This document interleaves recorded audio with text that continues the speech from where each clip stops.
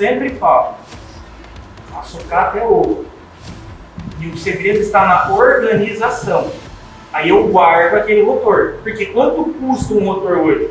No mínimo 150. Se eu tiver que mandar enrolar, vai pagar. Os básicos. Então o que eu faço? Eu guardo. Você tem um rotor.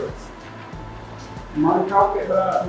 Mancar o quebrado. Quebrou o dianteiro, só que sobrou o traseiro. Cara, isso é o ouro. No nosso negócio, não é escalável. Não tem como a gente falar assim, vamos ter uma vez. Roger faz 5 motores de partida por dia. Roger, agora nós vamos fazer 20. Não tem jeito, né? Mas tem jeito da gente melhorar, não tem?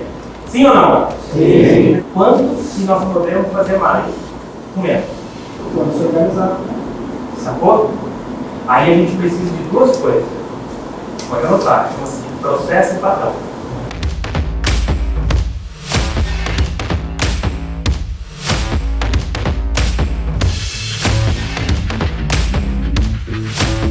Conheci o Matheus pelo Instagram, como eu já tinha feito o curso MAP 5, descobri que tinha esse network aqui em Porto Alegre, na Sulcarbon. Foi um prazer ter vindo também, valeu muito a pena. Hoje estivemos aqui nessa imersão, nesse network na Sulcarbon, a empresa que fabrica escovas. E só tenho a agradecer, foi além da minha expectativa.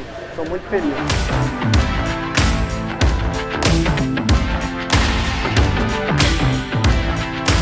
Cara, achei muito positivo, mas muito mesmo, valeu muito a pena. Além do aprendizado, o conhecimento, a troca de conhecimento, a troca de informação com os colegas. Só agradecer a todos que estavam aqui, que nos selecionaram, em especial a Sulcarbon, né? Que cedeu o espaço aí pra gente poder estar aqui hoje. A gente conheceu muito o processo, um exemplo, a gente estava comentando muito aqui. Uma escova acha que é um processo porque é uma peça pequenininha, acha que é uma peça muito simples de fazer.